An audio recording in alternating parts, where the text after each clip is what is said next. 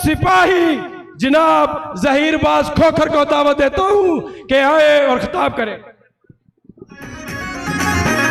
जब आएगा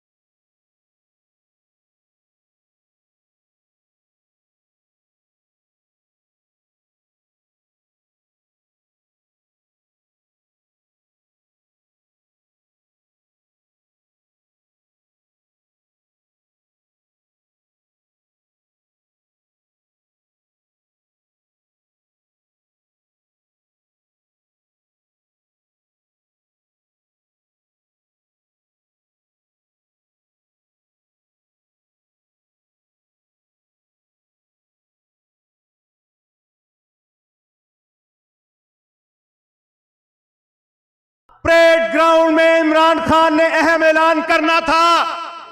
उस वक्त आपके कप्तान वजीर आजम थे। जब हम यहां गए परेड ग्राउंड में तो कप्तान इमरान खान ने एक लेटर को लहराया था। वो लेटर क्या था? उस लेटर को उस वक्त की अपोजिशन ने भरपूर क्रिटिसाइज किया और अवाम की आंखों में मट्टी धोली और अजीब अजीब किस्म की बातें की।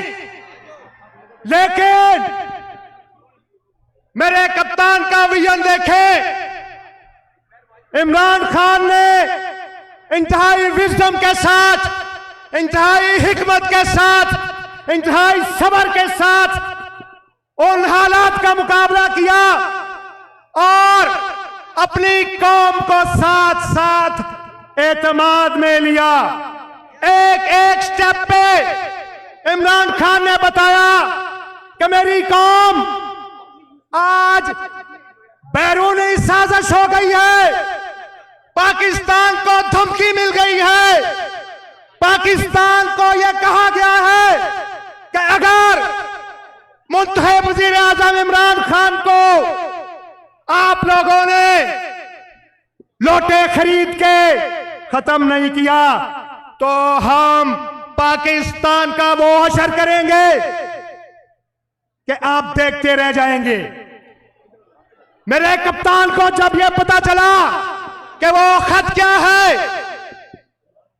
मेरे कप्तान ने जब देखा कि अमेरिका की एस्टेब्लिशमेंट हमारी कौम को गुलाम समझती है, हमारी कौम को वो अपना नौकर समझती है और इस पाकिस्तान में अपने इंपोर्टेड हुकूमत कायम करना चाहती है।